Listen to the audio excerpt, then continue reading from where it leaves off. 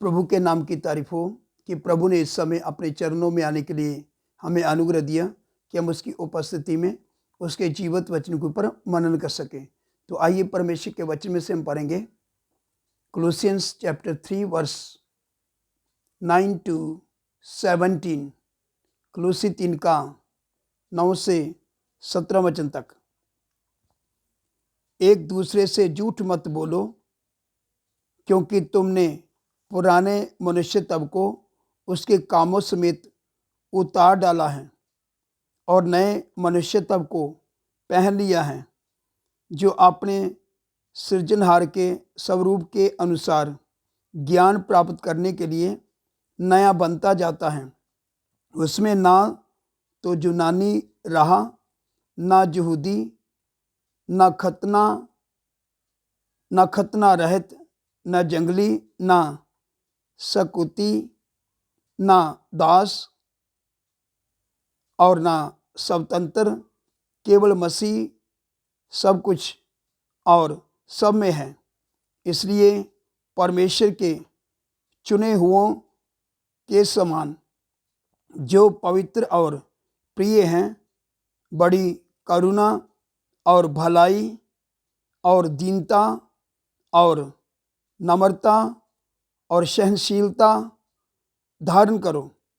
और यदि किसी को किसी पर दोष देने का कोई कारण हो तो एक दूसरे की सह लो और एक दूसरे के अपराध क्षमा करो, जैसे प्रभु ने तुम्हारे अपराध क्षमा किए वैसे ही तुम भी करो।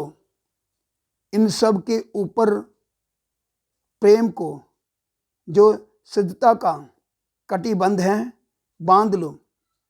मसीह की शांति, जिसके लिए तुम एक देह होकर बुलाए भी गए हो, तुम्हारे हृदय में राज्य करे और तुम धन्यवादी बने रहो। मसीह के वचन को अपने हृदय में अधिकाई से बसने दो और सिद्ध ज्ञान सहित एक दूसरे को सिखाओ और चिताओ और अपने अपने मन में अनुग्रह के साथ परमेश्वर के लिए भजन और स्तुति गान और आत्मिक गीत गाओ। वचन में या काम में जो कुछ भी करो, सब प्रभु यीशु के नाम से करो और उसके द्वारा परमेश्वर पिता का धन्यवाद करो। तो इधर हमने परमेश्वर का वचन पढ़ा है। तो परमेश्वर का वचन हमें बताता है कि हमने पुराने को उतार डाला है, हमने नए मनुष्य तब को पहन लिया है। जब हमने नए मनुष्य तब को पहना है तो हमने अपने इस नए जीवन से नए मनुष्य तब की खूबियों को प्रकट करना अपने जीवन से, क्योंकि परमेश्वर का वचन बताता है, जो हमने परमेश्वर का वचन इधर पढ़कर आपको बताया गया है, नए मनुष्य तब की जो खूबियां हैं ना, वो हमारे जीवन से नजर आना है। तब जाकर मालूम चलेगा कि हमारा जीवन बदल चुका है। अब हम पुराने नहीं रहे, अब हम नए हो चुके हैं। तो परमेश्वर का वचन जब हमें सिखाता है तो अपने जीवन से हमने क्या करना है? प्रभु यीशु मसीह को प्रकट करना है, क्योंकि परमेश्वर का वचन बताता है, यदि कोई मसीह में है तो वह एक नई सृष्टि है, पुरानी बातें बीत गई, देखो सब नई हो गई हैं।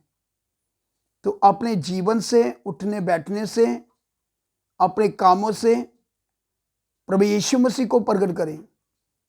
ये प्रकट करें कि अब मैं पुराना नहीं रहा, अब मैं नया हो चुका हूं, अब मुझे नया जीवन मिला है।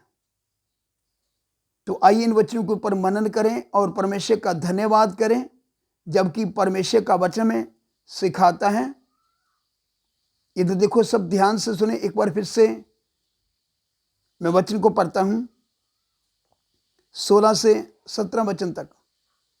मसीह के वचन को अपने हृदय में अधिकाई से बसने दो और सिद्ध ज्ञान सहित एक दूसरे को सिखाओ और चिताओ, और अपने अपने मन में अनुग्रह के साथ परमेश्वर के लिए भजन और स्तुति गान और आत्मिक गीत गाओ।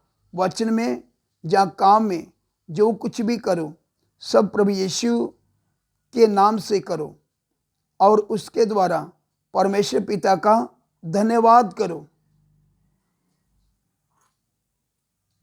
सेवक हो, विश्वासी हो। अब हमने क्या करना है? अपने नए जीवन को प्रकट करना है। तो नए जीवन के द्वारा किसकी महिमा होगी? परमेश्वर की महिमा होगी।